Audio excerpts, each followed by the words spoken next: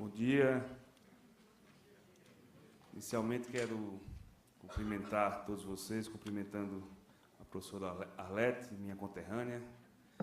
Alegria poder estar aqui hoje debatendo um tema tão importante, que não é apenas pensar e refletir sobre o que aconteceu no Brasil nos últimos anos, mas principalmente pensar no futuro que nós queremos para o nosso país. O momento é de reflexão, realmente. O momento é de buscar alternativas, de ter a capacidade de ouvir, de dialogar, de abrir portas, de buscar caminhos cada vez mais responsáveis em favor de um país, em favor de uma nação. Eu estava há pouco conversando com a professora Regina.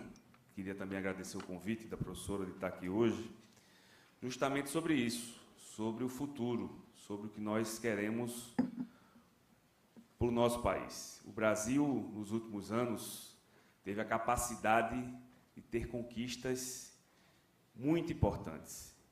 Se nós formos avaliar os últimos 30 anos, foram 30 anos de avanços. Apesar de todas as dificuldades, foram 30 anos de conquistas fundamentais.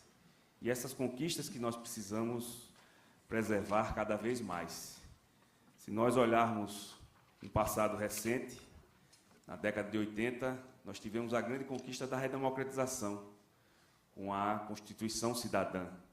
Uma Constituição que, ao longo do tempo, teve seus devidos ajustes, mas uma Constituição que trouxe claramente uma regra institucional, uma forma de fazer, que olhava o futuro, que avançava, que olhava não apenas o econômico, mas também o social, e em busca de sustentabilidade, que garanta também o meio ambiente, que garanta políticas inclusivas.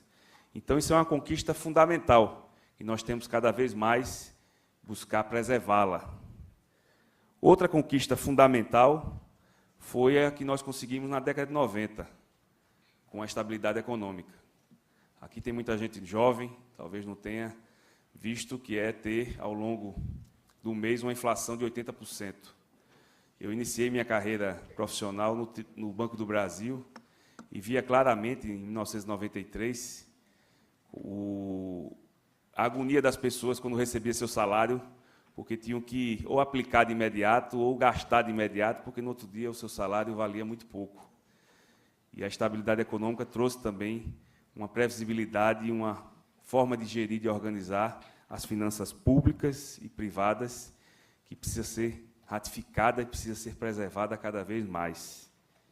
Outra conquista fundamental foi o combate à desigualdade, que o aprimoramento dela é permanente, mas a inclusão social que ocorreu no Brasil, principalmente a partir dos anos 2000, foram fundamentais também para que as pessoas pudessem ter garantias mínimas de conseguir manter, criar seus filhos, ter educação, ter saúde. Então, a diminuição de desigualdade, que é um problema permanente no Brasil, é uma conquista também que todos nós temos que trabalhar muito para preservá-la. Eu venho de uma região, a região Nordeste, onde a desigualdade diminuiu, mas ainda persiste. Para termos uma ideia disso, nós temos hoje 28% da população brasileira, e o Nordeste representa apenas 14% do PIB. Então, é uma região realmente que precisa ter um olhar para isso. E temos uma conquista que está em andamento. Uma conquista que só vai acontecer se as conquistas anteriores foram mantidas. A democracia, a estabilidade econômica, que hoje nos persegue porque a inflação voltou. Ninguém pode negar isso, é só ver o que se comprava há um tempo atrás com seu salário e o que se compra hoje. Não se compra mais a mesma coisa. E isso precisa também ser muito bem trabalhado, como também a questão da desigualdade. Mas a população quer claramente, e foi dito isso em vários momentos, em 2013 tivemos uma série de manifestações que olhava justamente isso, a população paga uma carga tributária enorme, paga muito imposto e tem um serviço oferecido aquém do necessário, aquém do suficiente. Então, a qualidade dos serviços públicos é uma agenda permanente, uma agenda que precisa ser cada vez mais melhor trabalhada. As pessoas têm que ter uma educação de qualidade cada vez melhor, uma saúde que chegue a todos, que seja humanizada, tem que ter segurança, tem que ter a capacidade de ir às ruas sem medo de ser assaltado, de ter seu carro roubado, de ter algum tipo de violência física. Tem que ter estradas funcionando, estradas boas, tem que ter água, tem que ter serviços públicos que funcionem. E isso é o maior desafio de cada governo, é ter serviços públicos que funcionem, instituições que cheguem ao cidadão, onde o cidadão possa, cada vez que precise de um serviço público, tenha o atendimento necessário, tenha a resposta necessária, tenha a previsibilidade necessária e tenha confiança que essas instituições funcionam a seu favor. Essa é a agenda que nós temos cada vez mais que trabalhar com mais afinco com qualquer governo, qualquer governante, qualquer cidadão tem que cobrar por qualidade de serviços públicos. E eu trouxe aqui hoje, a convite da Fundação, a convite dos professores, das professoras, Regina, professora Arlete, a experiência de Pernambuco, que foi uma experiência que ainda está em andamento, mas uma experiência que se buscou justamente melhorar a qualidade dos serviços públicos, fazer com que as instituições funcionem, principalmente para aqueles que mais precisam. E isso começou exatamente em 2007, quando da vitória do então candidato a governador Eduardo Campos, onde ele levou essa pauta para discussão no âmbito do governo, no âmbito das instituições públicas de Pernambuco. Uma pauta que já tinha começado em outros estados, mas que precisava ser introduzida com mais velocidade no estado de Pernambuco.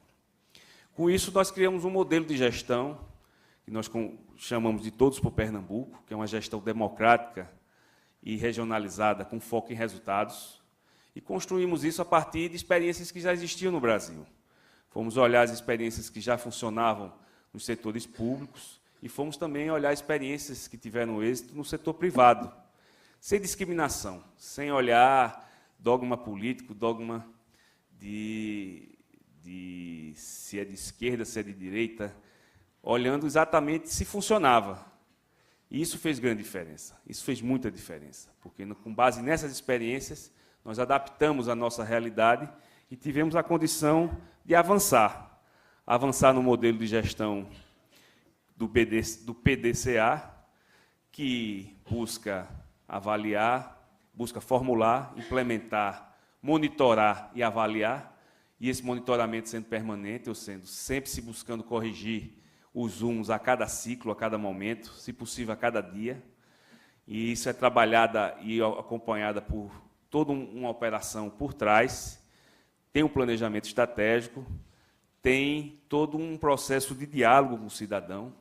Então, é um modelo de gestão que hoje se busca, a maioria das instituições públicas buscam utilizá-lo, mas que exige de todos nós muito trabalho, muita dedicação, muita correção de rumo e muita cobrança. Temos que cobrar cada vez mais, porque o setor público ele tem uma dificuldade de andar enorme. E o esforço é muito grande para ele andar um pouquinho.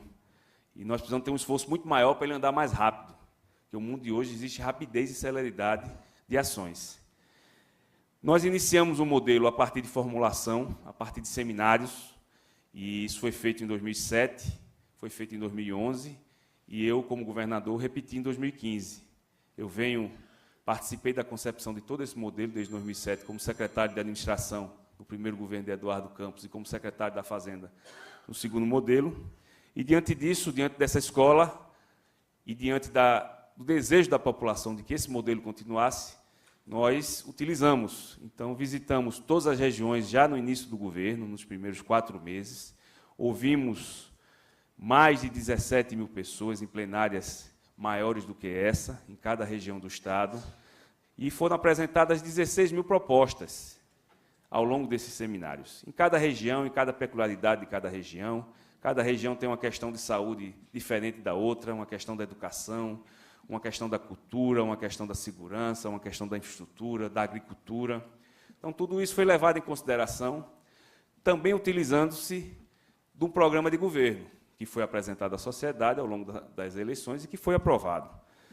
E isso, juntamente com Todos por Pernambuco, fez com que nós iniciarmos a formulação do novo mapa da estratégia, que é um conjunto de diretrizes que guia as ações do governo nos próximos 4 anos e resulta realmente de uma pactuação entre governo e sociedade com prestação de contas permanente e com cobrança permanente também da sociedade. A vantagem desse modelo é que fica muito claro em cada região o que é que o governo pretende fazer, o que o governo quer fazer. E toda vez que eu vou a um município de determinada região, a primeira pergunta que me fazem quando eu vou numa rádio ou quando eu vou numa plenária é: cadê a obra tal que nós pactuamos aqui no início do ano? Não saiu ainda no papel? Cadê a licitação? Então, tudo isso faz parte de um processo gerencial que envolve a sociedade, envolve muita cobrança, mas o gestor público também, o governante, tem que saber que o mandato exige cobrança, exige capacidade de ouvir e capacidade de dizer a verdade. Se não deu para fazer agora, por que não fez? E isso é uma das coisas que eu acho que está faltando ao Brasil.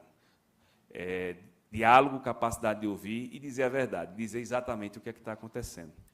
E na formulação do mapa da estratégia, nós temos uma visão de futuro, onde queremos chegar, temos várias premissas, né, que são os valores que orientam a ação de cada Estado, focos prioritários nas áreas de maior necessidade, as perspectivas, né, quais são os temas estruturantes em torno dos quais serão agrupados os objetivos estratégicos, e temos os objetivos estratégicos, que são dali que vão sair as metas, que vão sair tudo aquilo que nós pretendemos fazer ao longo dos 4 anos como governo. As metas prioritárias vêm de cada objetivo estratégico pactuado. Nós monitoramos ela no máximo de 3 em 3 meses e cobramos muito, porque se não cobrar não funciona, a verdade é essa. Esse é o nosso mapa da estratégia, como vocês podem ver, tem 12 objetivos, tem metas prioritárias, então cada área, nós aí tiramos o Pacto pela Saúde. O Pacto pela Saúde tem uma série de objetivos que nós monitoramos mensalmente, no caso da saúde, educação e segurança, e com isso buscamos os resultados, buscamos com as pactuações que as coisas aconteçam. O processo de desdobramento da estratégia das metas prioritárias, o plano plurianual também faz parte, ou seja, existe uma lei que todo governo tem que mandar no início do seu mandato, no início do seu mandato, com o conjunto de investimentos que vão ser feitos nos próximos 4 anos, e esse plano plurianual que nós vamos mandar agora, no segundo semestre de 2015, vai orientar as ações do governo de Pernambuco de 16 até 19, e ele vai ser feito com base nessas metas pactuadas com a população e nessas metas prioritárias, e dentro de um orçamento. Como nós todos sabemos, o Brasil passa por uma crise sem precedentes. Eu estava conversando isso com a professora Regina. Nós estamos indo para o 2º ano, 2015, com um PIB negativo, 2016 com a projeção de PIB negativo e 2014 com um crescimento de 0,1. Ou seja, se pegar a série histórica do PIB, nunca ocorreu isso. E quando ocorreu 2 anos negativos, foi em 1930 e 1931, em condições totalmente adversas, acabado de ter a crise de 29, o Brasil numa mudança de governo, com guerra civil, então, um aspecto totalmente diferente do que nós vimos hoje. Então, uma crise realmente que vai exigir dos governantes pé no chão e um plano plurianual realmente que corresponda à realidade dos orçamentos, que isso também é fundamental agora. Após essa parte de formulação, nós temos a implementação e equipes de suporte à gestão. Isso também foi criado por nós, a partir de experiência que nós vimos em outros estados. Nós profissionalizamos realmente a gestão, criamos carreira específica de gestor público, com carga horária de 8 horas, porque o Serviço Público de Pernambuco ainda estava no tempo que se trabalhava 6 horas, isso não cabe mais no mundo atual. Nós fizemos a remuneração variável por desempenho, que também é uma coisa inovadora e é necessária, porque tem que ganhar mais quem produz mais, dentro de parâmetros e dentro de pactuações que são importantes, que são necessárias, vendo cada um a sua atribuição e cada um a sua especificidade. A adoção da meritocracia, isso também é fundamental, até para a motivação, e nós fizemos isso em áreas muito sensíveis. Eu repeti o que já tínhamos feito nos anos anteriores na área da educação, onde as gerências estaduais de educação eram feitas por indicação política. Nós acabamos com isso, criamos um comitê de busca, chamamos as universidades, elas que selecionam a partir de um projeto apresentado pelo servidor, e, com base nisso, o primeiro colocado numa lista tríplice a gente escolhe, podendo escolher entre os três, mas a gente escolhe sempre o primeiro colocado, e isso fez a diferença, tanto na área da saúde, como na área da educação, como em outras áreas também. Então, a meritocracia, ela hoje faz parte já da cabeça das pessoas que trabalham do Estado, e a cultura política de indicação ela vem sendo cada vez mais diminuída, apesar de algumas pessoas ainda insistirem. A gente mostra que o tempo atual não nos cabe mais fazer esse tipo de coisa. Encarreiramento, né, ou seja, as pessoas terem uma visão de que se produzir onde vai chegar, e formação continuada. O mundo de hoje também exige você estar sempre atualizado, você estar sempre tendo condições de ter uma formação continuada. O monitoramento, como eu falei, fundamental, sem cobrança não anda. Então, temos reuniões semanais deliberativas com foco no destravamento, algumas, quando preciso, o próprio governador participa. Nós temos um governo totalmente orientado por objetivos estratégicos, então, se não tiver no mapa, se não tiver pactuado, não sai, só se for uma coisa realmente emergencial, que às vezes acontece, como desastres naturais, onde você tem que pactuar as correções e ver de onde tirar. E um padrão único de acompanhamento e prestação de contas, também. Tem que ter metodologia, tem que ter forma única de se fazer, tem que ter padrão, tanto de acompanhamento, como também de prestação, como de correção de rumo. O governo tem que trabalhar igual, não adianta uma secretaria fazer de um jeito e outra secretaria fazer de outro jeito, sem se comunicarem, sem estarem conversando, porque você não vai resolver a questão da saúde se você não tiver por trás também uma série de políticas de assistência social. Isso vale para a educação, para a segurança, vale para todas as áreas do governo. Processo de avaliação permanente, e eu estou citando aí os 3 casos fundamentais nossos, que são os casos mais que abrangem mais gente, mais pessoas e mais recursos. Um é o Pacto pela Vida, que trabalha atentamente no CVLI, que é os crimes violentos letais intencionais, ou seja, os homicídios. E nós temos uma meta, desde 2007, de redução de 12% ao ano de homicídios, com reuniões semanais e com 5 indicadores de processo para a redução dessa meta. Nós, ao longo dos 9 anos do Pacto pela Vida, apenas em 2 anos conseguimos reduzir 12%, mas tivemos o êxito de reduzir mais de 7 anos seguidos o número de homicídios, o que, para o Brasil, foi uma marca extraordinária, como nós vamos ver mais na frente.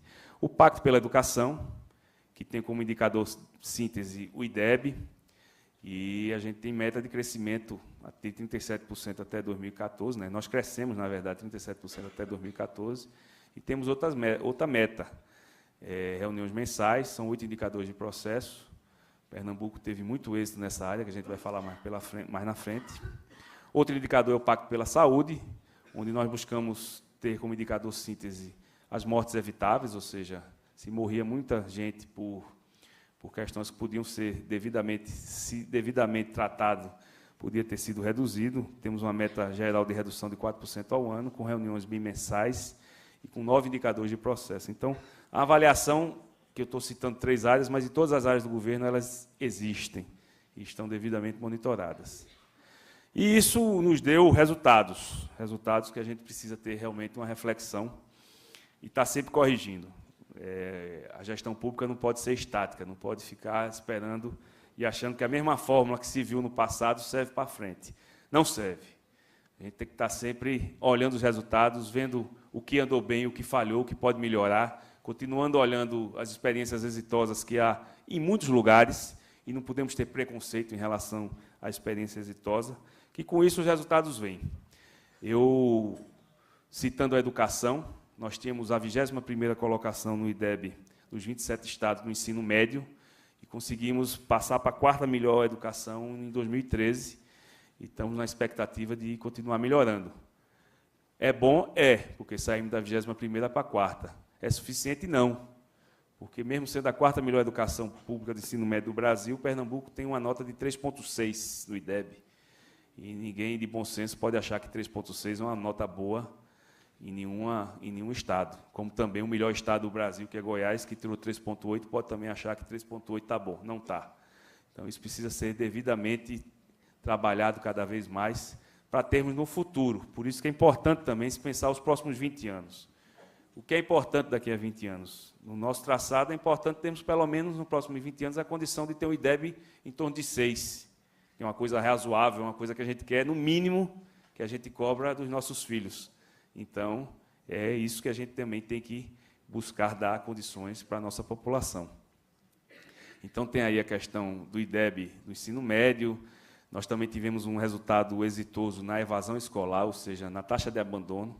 Pernambuco, em 2007, tinha a 26ª colocação dos 27, ou seja, 24% dos alunos do ensino médio abandonavam as escolas ao longo dos 3 anos do ensino médio, e conseguimos, com muita busca de atratividade às escolas, e principalmente a partir do programa de escolas de tempo integral, fazer com que Pernambuco tivesse, desde 2012, a menor taxa de evasão, hoje é algo em torno de 3,8 medido, ou seja, a escola mais atrativa do Brasil.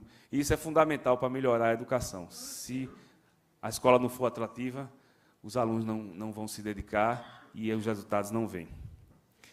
Outras questões que nós fizemos, que deram muitos resultados, criamos um programa chamado Ganha o Mundo, onde os melhores alunos da rede pública, na média geral, são selecionados, fazem prova de língua, aqueles que obtêm nota de línguas superiores ao ranking que nós estabelecemos, vai fazer um intercâmbio no exterior, vai para o Canadá, para a Nova Zelândia, para os Estados Unidos, países de língua latina. Já mandamos 3.300 alunos, esse ano eu estou mandando 1.000, e isso faz a diferença na vida dos meninos. Eu nunca tive essa experiência, mesmo tendo sido criado numa família de classe média, de ir para o exterior. E a gente vê um filho de um agricultor no interior de Pernambuco, e muitos dos quais não conhecem o Recife, de passar 6 meses e aprender uma língua, aprender outra cultura. Isso muda a vida da pessoa e, acima de tudo, mostra que sonhar dá resultado. Criamos programas relativos ao tablet, criamos uma rede de escolas técnicas, que hoje são 27 e vamos chegar a 40 ao longo do nosso governo, só tínhamos 6. E quando a gente faz o recorte das escolas técnicas, ela tem também um nível muito maior do que as escolas normais. E criamos a maior rede de escolas de tempo integral do Brasil. São 300 hoje funcionando em Pernambuco, que atende todos os 184 municípios. Hoje nós já temos mais alunos matriculados em escola de tempo integral do que São Paulo, do que Minas, do que Rio de Janeiro juntos. E isso faz a diferença. É caro, exige esforço, exige, mas é um norte hoje que nós entendemos que é fundamental e que foi fundamental para sairmos das últimas colocações e chegarmos a estarmos entre os 5 melhores estados na educação pública do ensino médio do Brasil. Fora isso, o merenda escolar, fardamento, livro didático, kit escolar, para 100% dos alunos, que era uma coisa que não existia, que foi implementado. Na saúde também tivemos o êxito na redução de 29,1% na mortalidade infantil, através de um programa chamado Mãe Coruja, que olha aquelas famílias mais vulneráveis, as mães mais vulneráveis, desde o início da gestação até o primeiro ano de vida da criança, e dá toda assistência, desde psicológica, de capacitação, de pré-natal, depois dando a oportunidade para que as mães sejam reinseridas no mercado de trabalho após os seus filhos nascerem. E esse acompanhamento deu muito certo, fez com que nós saíssemos de uma situação de estarmos bem acima da média nacional, e hoje Pernambuco está no coeficiente de mortalidade infantil dentro da média nacional, o que é um resultado importante. E também um aumento da expectativa de vida dos pernambucanos, que é uma coisa que vem acontecendo em todo o Brasil, mas que nós também, a partir de uma política pública que gerou muito investimento. Pernambuco hoje é o estado que mais investe na saúde, investe quase 17% das suas receitas, quando o mínimo é 12%. Tem a maior rede pública do Brasil. Isso exige muito recurso, até porque a saúde hoje é totalmente subfinanciada, é totalmente aquém das necessidades. E hoje, vocês estão acompanhando nos jornais nos últimos dias, há toda uma polêmica já em torno da criação da CPMF, buscando justamente trabalhar esse subfinanciamento, mas numa ótica também e num momento muito complicado. Aumento de carga tributária nesse momento não vai fazer bem para o Brasil e a população não aceita. Quer recriar a CPMF, a gente entende que é possível, desde que venha também junto com diminuição de outro tipo de imposto que não esteja fazendo mal para a produção e para a produtividade. Fizemos, como eu falei, a construção de 4 hospitais de alta complexidade, 15 UPAs, 9 UPAs especialidades. Isso faz o resultado, isso gera uma priorização, aumentamos o número de UTIs em 5 vezes, a cobertura do SAMU chegou em 250% do Estado, transplantes também, criamos uma política de transplante que conseguiu aproveitar muito mais de órgãos e fazer com que eles cheguem às pessoas que precisam. Então, são áreas que nós monitoramos, que temos a atenção, que buscamos esses tipos de resultados que fazem a diferença na vida das pessoas. A segurança, como eu falei, o Pacto pela Vida. Pernambuco foi o único estado do Nordeste que conseguiu reduzir nos últimos 8 anos o número de homicídios, 32%. Estamos com taxas ainda muito altas, algo em torno de 35% em 100 mil vidas. Para vocês terem uma ideia, São Paulo é o único estado do Brasil que está na média que a ONU preconiza, que é 10% em torno de 100 mil vidas, 10 mortes em torno de 100 mil vidas. Então, nós estamos muito acima, temos essa perspectiva também de chegar e alcançar o padrão que a ONU exige daqui a 20 anos, para você ver o grau de esforços que nós estamos fazendo.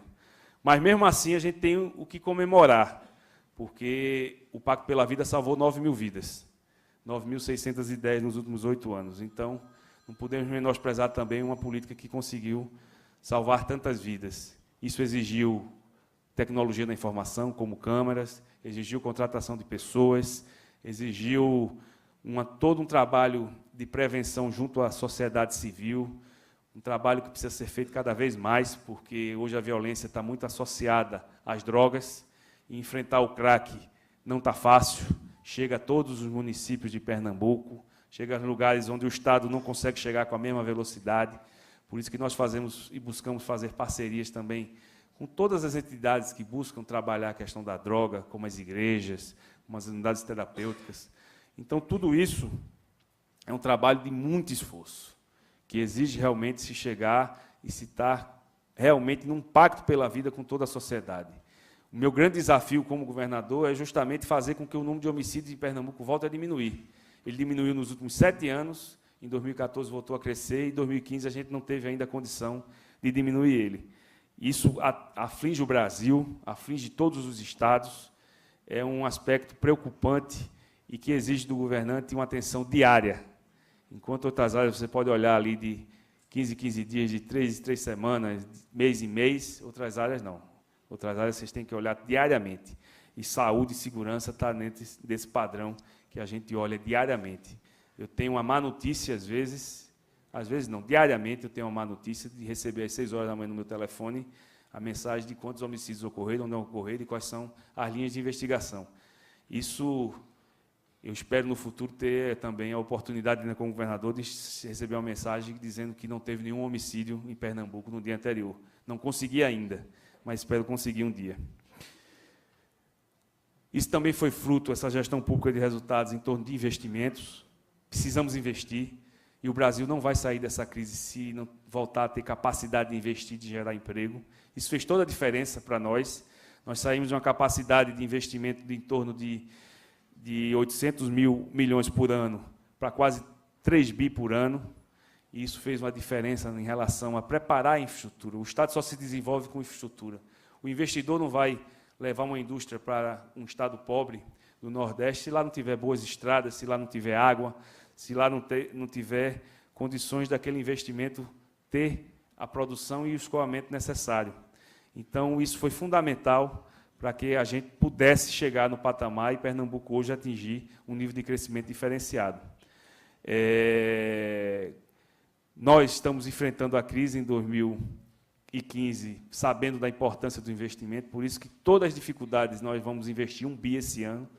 O padrão caiu muito, sair de 3 bi para 1 bi é uma queda expressiva, mas em relação aos outros estados a gente vê que a situação ainda está um pouquinho melhor.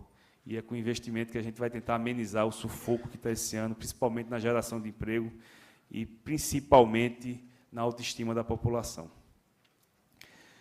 Tudo isso fez com que Pernambuco alcançasse um PIB, um crescimento de PIB e se deslocasse do Brasil.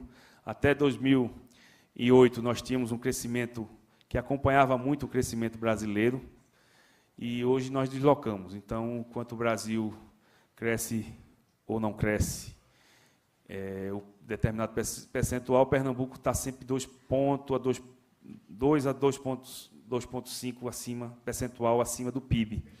Isso vai fazer também com que a desigualdade no nosso estado, na nossa região, melhore e chegue a patamares mais avançados. Então, a matriz construída com política de benefício fiscal, com política de infraestrutura e com capacitação do pessoal, fez com que nós nos deslocássemos e atraíssemos muitos empreendimentos e gerássemos muito emprego.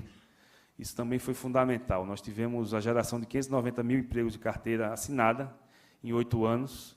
Infelizmente, uma parte desse estoque está saindo rapidamente em 2015, diante da gravidade da crise. O Brasil já perdeu 500 mil postos de trabalho nos primeiros 6 meses, e Pernambuco perdeu algo em torno de 60 mil, ou seja, 10% do que nós conseguimos estocar, nós estamos perdendo diante dessa crise, principalmente no caso nosso da crise da Petrobras. Nós tínhamos uma refinaria, e temos ainda uma refinaria que está inconclusa. Isso gerou uma desmobilização de emprego enorme no nosso estado, e estamos em negociações com a Petrobras, querendo rapidamente que essa crise de confiança acabe, para que ela possa voltar a cumprir a sua tarefa, que era refinar 260 mil barris por dia. Infelizmente, hoje ela não refina nem 100 mil. Mesmo assim, quando você cria um ambiente de confiança nas instituições, e nós conseguimos isso a gente se orgulha, porque isso foi possível.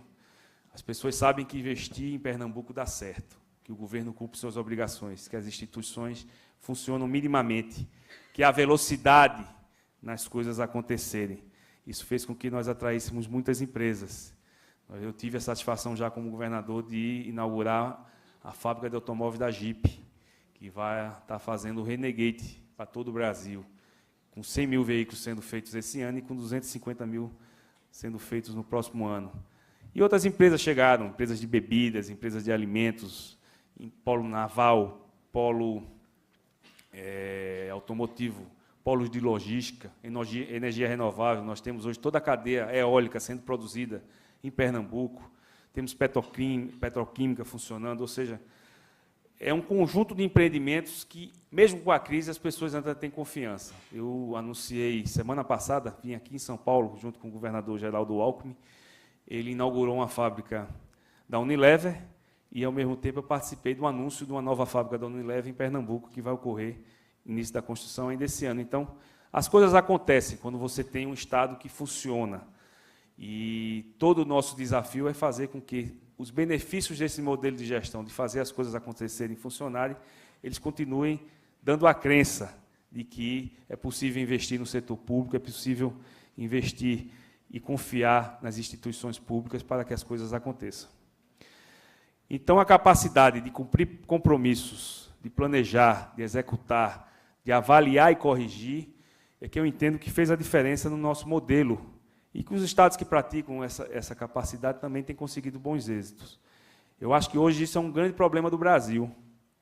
O Brasil precisa voltar a ter sua capacidade de planejar de imediato. O Brasil precisa ter uma capacidade de executar que perdeu há muito tempo. Na verdade, eu não conheço ainda essa capacidade de executar do governo federal. Houve melhoras em determinados momentos, mas nunca é o estado ideal, o estado adequado. De avaliar e corrigir, isso exige muita humildade, pé no chão, capacidade de diálogo, capacidade de ouvir, capacidade de se colocar no lugar do outro. Isso é fundamental quando você quer que as políticas aconteçam. E cumprir compromisso. Você tem que ter toda a cautela, toda a serenidade na hora de fazer, mas também depois que pactua, você tem que fazer. Porque a falta de confiança, que é uma das coisas que hoje acontecem no nosso país, ela é grande e responsável, é até uma dificultador maior da crise econômica. Nós não vamos nunca vencer uma crise econômica se nós não vencermos a crise de confiança. Crise econômica já tivemos várias e conseguimos superá-la. Como vamos superar essa? Mas só vamos superar se a confiança voltar a estabelecer e a confiança nas instituições voltarem a acontecer.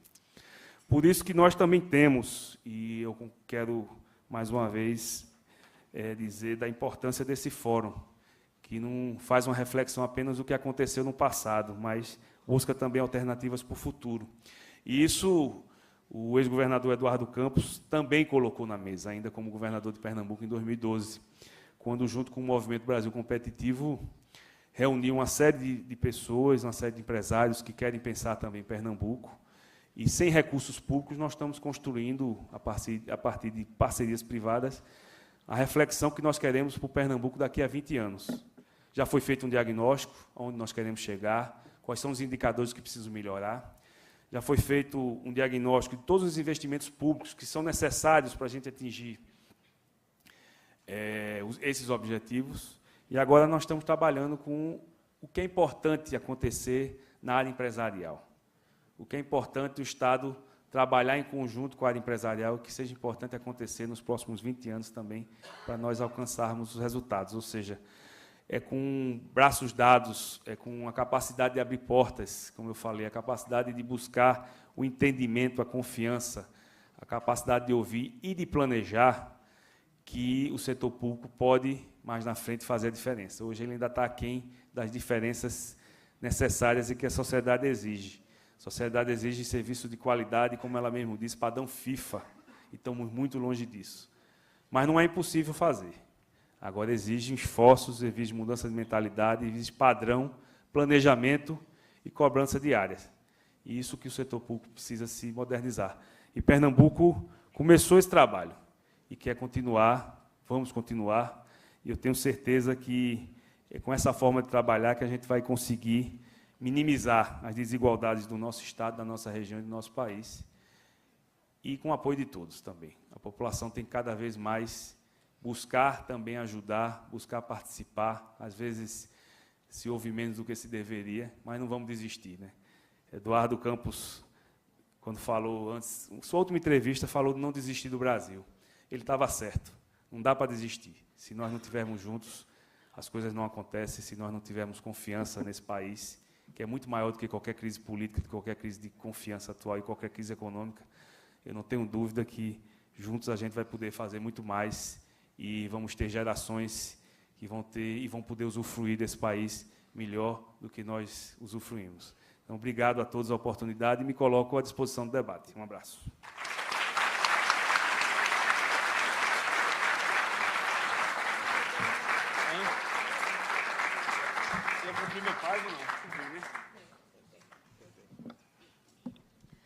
Bom, agora vamos iniciar a fase do debate.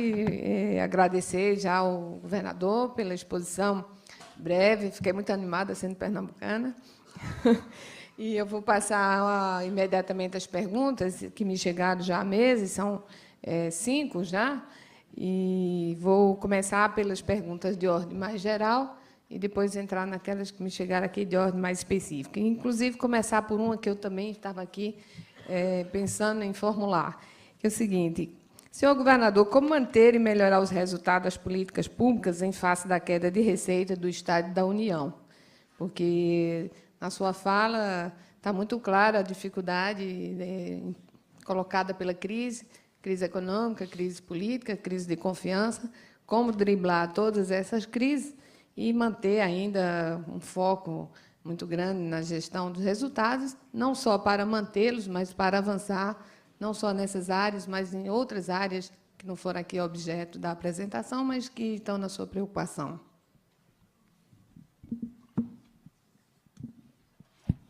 Bom, a queda de receita preocupa muito, e mais. Sem dinheiro as coisas não acontecem. Agora, a queda de receita também abre as oportunidades de se buscar cada vez mais trabalhar com as gorduras que ainda persistem no setor público. E gorduras precisam ser eliminadas. Precisamos trabalhar cada vez mais com um Estado mais enxuto e que funcionem melhor para as pessoas. Agora, as dificuldades são grandes. Primeiro, a maioria dos, tanto estados como municípios e a própria União, tem um gasto de pessoal que representa grande parte das suas receitas. E gasto de pessoal hoje, uma parte grande dele, dependendo do estado, em torno de 50% se gasta com pessoal hoje, já é aposentadoria e previdência. Então, a margem de manobra de pessoal é pequena. Você pode ajustar ali um setor ou outro, diminuir, mas não é uma despesa de fácil contração e, muitas vezes, a necessidade da maioria dos estados e municípios é de aumentar a despesa com o pessoal. Outra despesa é a dívida, que todos os estados e municípios têm, que precisa ser sempre trabalhada, então é uma despesa que não tem renegociação, e transferências a municípios, que são transferências constitucionais. Então, o que sobra nesse ambiente é os investimentos e a manutenção da máquina.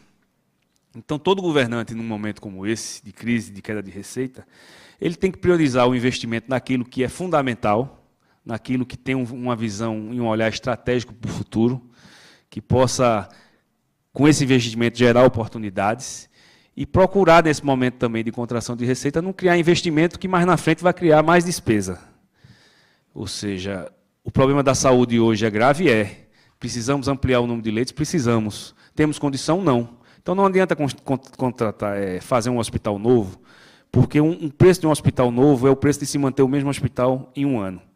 Então, se investir em coisas que vão criar uma despesa maior, sem termos um planejamento, uma previsibilidade de receita como nós temos hoje, é muito difícil. Então, temos que investir naquilo que é essencial e é necessário no momento. E temos que cortar muito desperdício. O que tiver de desperdício tem que ser cortado. Nos serviços,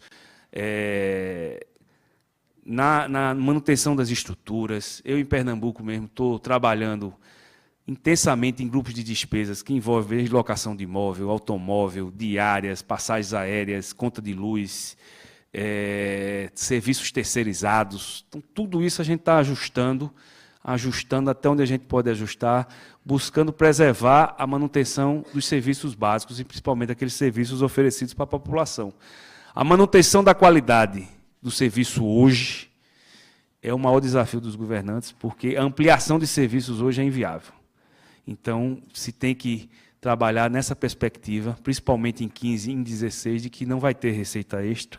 Então, temos que trabalhar com o que tem, não podemos deixar o Estado desequilibrar. Então, tem que priorizar onde tem gordura e buscar oportunidades de receita onde possa buscar com venda de ativos, com alguma outra ajuste aí que possa dar incremento de receita, olhando também que a carga tributária do Brasil não permite também aventuras nessa área de aumentar a alíquota sem ter uma contrapartida de serviços que funcione. Então, tudo isso é complexo, tudo isso vai exigir de todos nós um olhar diferenciado, mas principalmente serenidade de trabalho e dizer porque está cortando, dizer onde é que vai cortar, dizer o que está sendo prejudicado, porque o diálogo e a verdade, nesse momento, é o que falta para o Brasil, e a população muitas vezes entende, quando você fala muito francamente, que vai precisar fechar determinado serviço para manter outro. E isso é que está precisando ser dito hoje nesse país. Bom, ainda nessa linha de preocupação da relação dos Estados com a União, como é que o senhor analisa o repasse de verbas para a União e a maneira como se dá o pacto atualmente, se isso não prejudica o desenvolvimento regional? Veja, o Pacto Federativo hoje é inexistente no Brasil, né? No Brasil hoje temos, pela primeira vez na série histórica que existe, uma clara concentração de recursos no governo federal em plena democracia. Isso nunca ocorreu.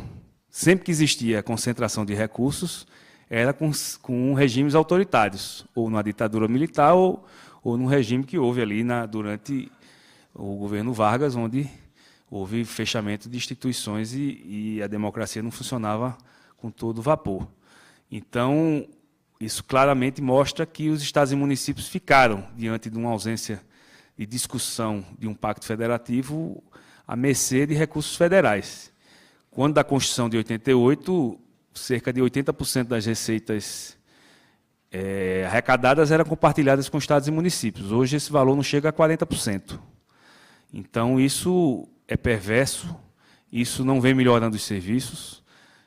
A política do governo federal nos últimos anos agravou muito isso, porque se baseou num crescimento sustentável, onde o consumo, onde o crédito e onde o endividamento foram as molas propulsoras, e isso teve um esgotamento, e o governo demorou demais para ajustar isso. Demorou 3 a 4 anos, e está fazendo um ajuste agora que é muito severo e que poderia ter sido feito mais paliativamente, já em 2011, quando se descobriu isso.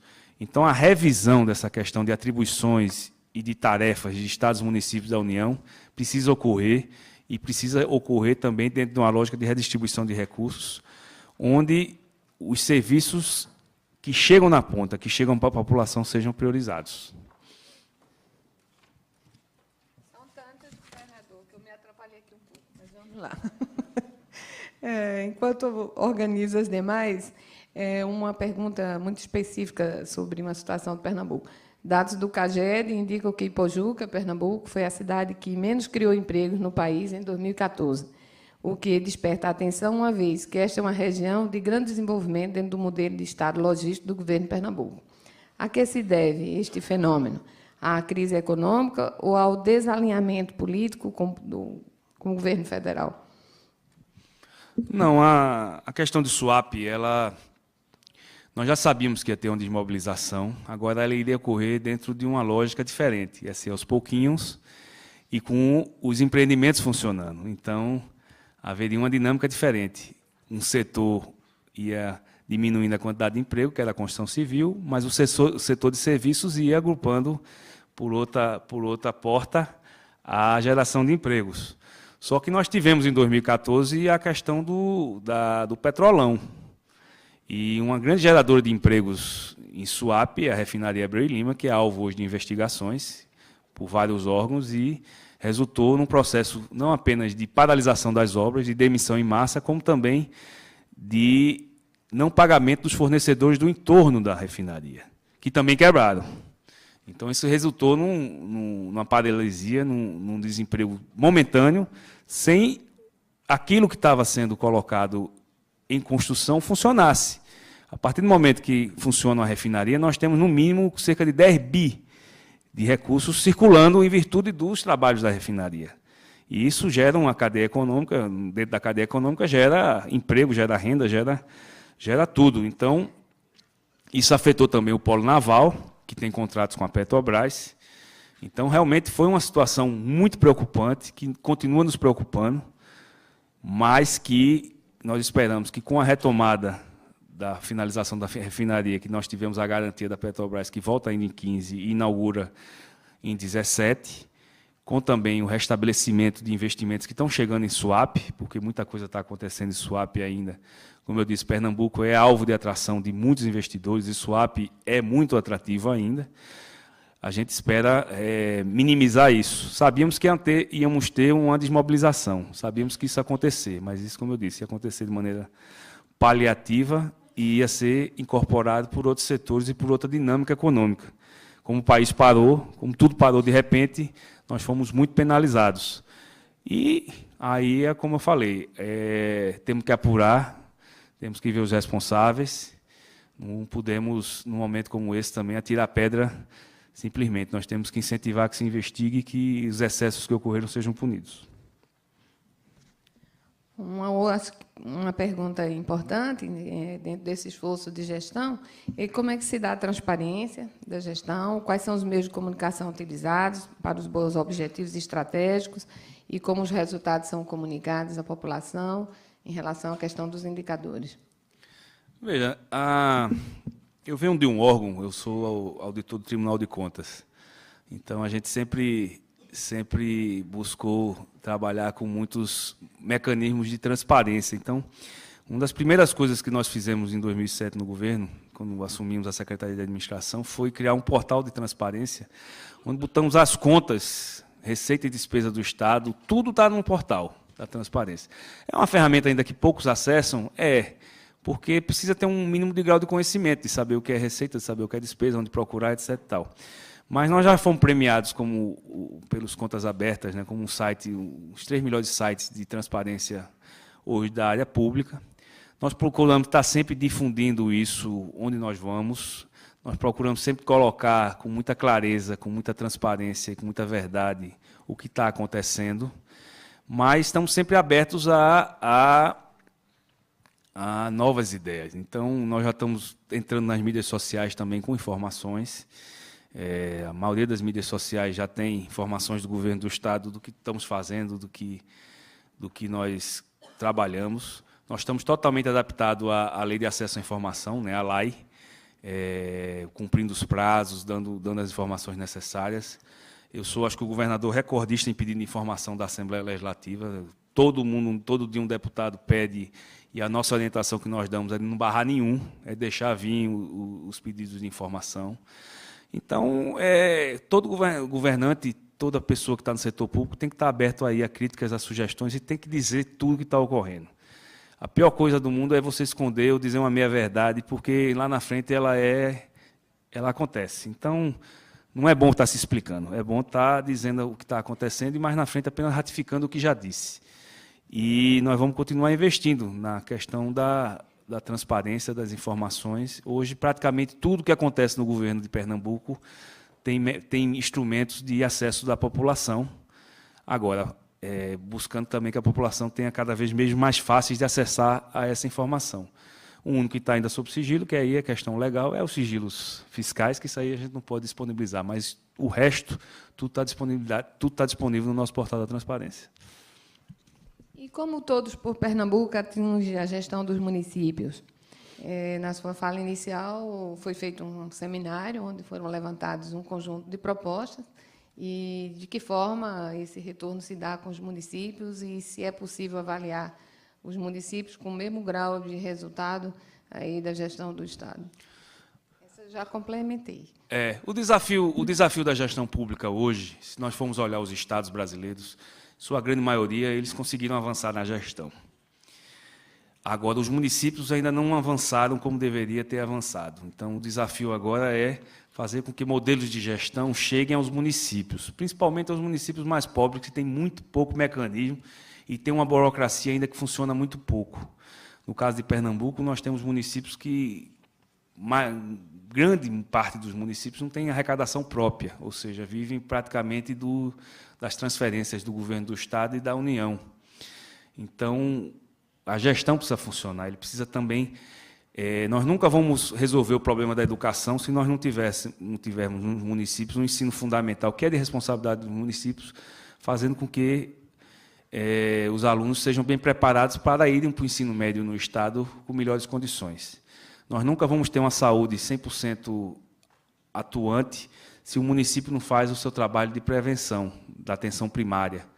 O que nós vemos muitos casos nos nossos hospitais, que são hospitais de média e alta complexidade, é receber casos onde os municípios não oferecem um atendimento primário, um atendimento básico, que geralmente leva com que as pessoas fiquem doentes. O caso da segurança também. Segurança é um problema que a União não quer ver e que os municípios dizem que é problema do Estado. Então, fica o Estado sobrecarregado, mas todo mundo tem sua cota de participação nisso. O município que tem uma boa iluminação ajuda no combate à violência. O município que instala câmaras de segurança ajuda no combate à violência. O município que busca tratar os seus jovens em relação às drogas, ao acolhimento de jovens que fazem pequenas infrações, ajuda no combate à violência. Então, a parceria Estado, Município e União ela tem que estar mais presente no dia a dia dos governantes. O Todos por Pernambuco busca isso também. Primeiro, dizer o que é que nós vamos fazer em cada município. Então, o prefeito já sabe o que é que vai contar em termos de obra, em termos de ação. E, por outro lado, ouvir também, por parte dos prefeitos, o que é que eles podem otimizar dos seus serviços, que, em parceria com o Estado, cheguem a mais pessoas. Então, o processo de diálogo ele ajuda nisso também, no Todos por Pernambuco, porque, como eu falei, nós não vamos nunca ter um Estado brasileiro que funcione se as instituições estaduais e municipais não estiverem muito sintonizadas e com um olhar muito parecido em relação à resolução dos serviços oferecidos à população. Bom, eu penso que, dessa forma, a pergunta que chegou aqui sobre qual o papel do Estado no modelo de gestão em relação ao apoio aos municípios foi respondida. E passa imediatamente a seguinte questão. Governador, o Estado de Pernambuco criou dentro da ARP, uma agência reguladora, um espaço para coordenar e analisar as iniciativas de OS e OCIPs e outras na relação com o Estado, o que pode representar um ganho de qualidade. No entanto, essa unidade ainda não está efetivamente implantada. Existe horizonte para consolidar essa efetiva operacionalização da ARP nos contratos de gestão? Bom, deixa eu só, uma coisa que eu esqueci, professora, que eu queria falar, essa questão da relação com os municípios. Nós criamos, em Pernambuco, o governo do Estado está apoiando uma coisa que eu acho que é fundamental para os municípios hoje, na captação de recursos, que é a ausência de projeto. Então, nós criamos um escritório de projetos e disponibilizamos verba aos municípios para que eles possam fazer projetos de de construção de escolas, de aterro sanitário, de recursos hídricos, de saneamento, que com isso ele consegue captar dinheiro na União. O grande problema hoje de municípios não conseguirem captar recursos, ou por parte do governo federal, ou por parte de organismos internacionais, é por ausência de projeto. Então, isso também é uma forma de ajudar os municípios, que a contribuição dos estados é disponibilizar projeto. A partir do projeto, ele vai captar. Em relação à agência reguladora de Pernambuco, isso é um desafio que eu também estou enfrentando. A ARP, essa agência é uma agência nova, tem 10 anos, eu acredito, mas os serviços que foram chegando e as atribuições delas aumentaram muito nos últimos anos, principalmente pela entrada do terceiro setor no processo de fiscalização e de regulação, que ela tem um papel, porque nós somos totalmente favoráveis às organizações sociais e às OCIPs. Elas contribuem demais com o serviço público, elas dão uma velocidade em algumas áreas que o próprio setor público não faria sozinho. Agora, precisa de regulação, precisa acompanhar os indicadores, e a agência precisa estar fortalecida para isso. E nós tivemos um problema inicial, porque a ARP tem mandato, isso é válido, isso é importante, só que, ao longo do mandato, as pessoas que estavam lá não estavam seguindo orientações do que o mundo moderno exige. Então, fizemos as mudanças agora com o fim dos mandatos, botamos pessoas que possam estar contribuindo para o fortalecimento dela. Eu vou ter a oportunidade agora de chamar os concursados, né, que ela estava sem concursados, ainda com quadro antigo, e, com isso, fortalecer ela, que ela possa cumprir o seu papel.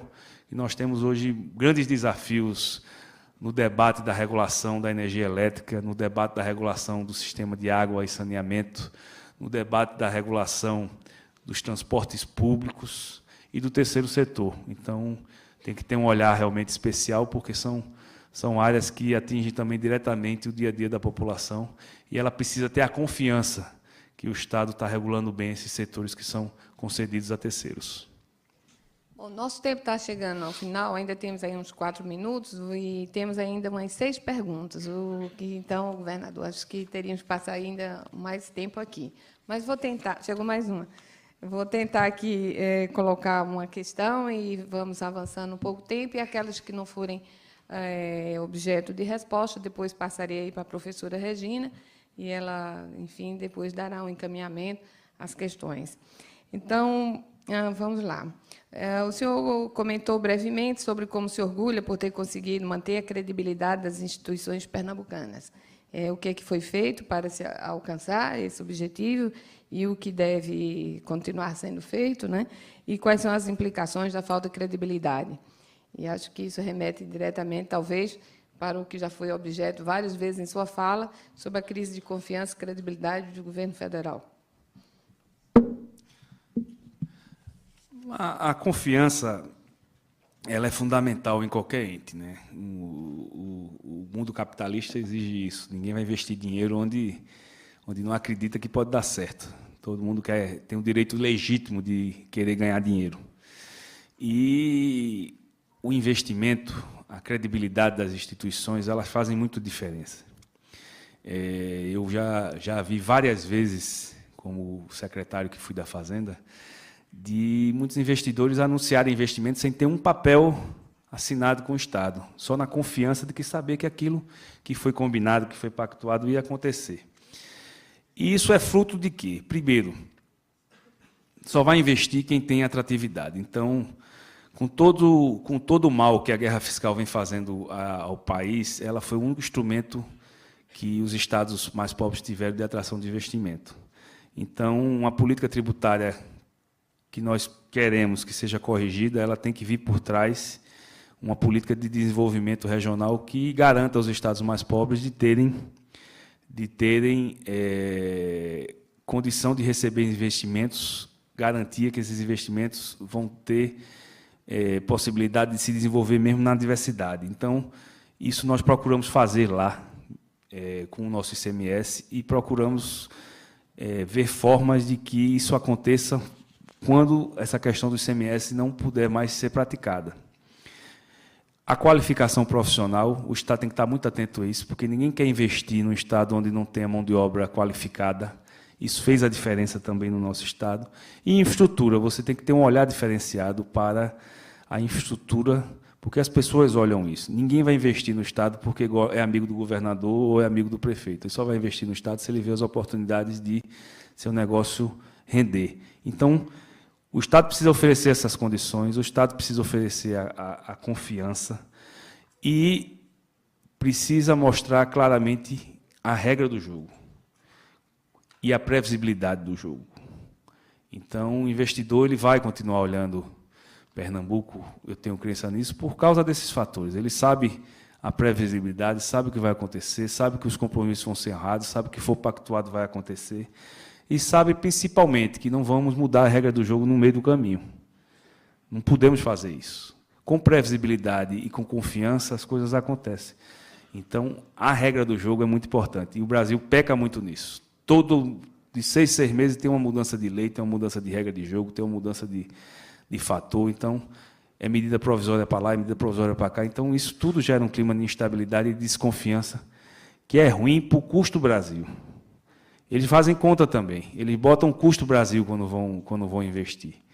Então, quanto formos mais diminuir esse custo Brasil, mais rápido a gente consegue avançar nas questões que são estruturadoras, que são necessárias e que são importantes para a gente sair desse estágio de subdesenvolvimento. O Brasil, o Nordeste, eu sempre gosto de dizer isso, mas o Nordeste conseguiu, graças a Deus, nessas últimas 2 décadas, principalmente nos últimos 10 anos, iniciar um processo de industrialização. As coisas estão acontecendo, as indústrias estão chegando, o emprego está sendo gerado, mas cá para nós, a industrialização é uma agenda do século passado, não é uma agenda do século atual.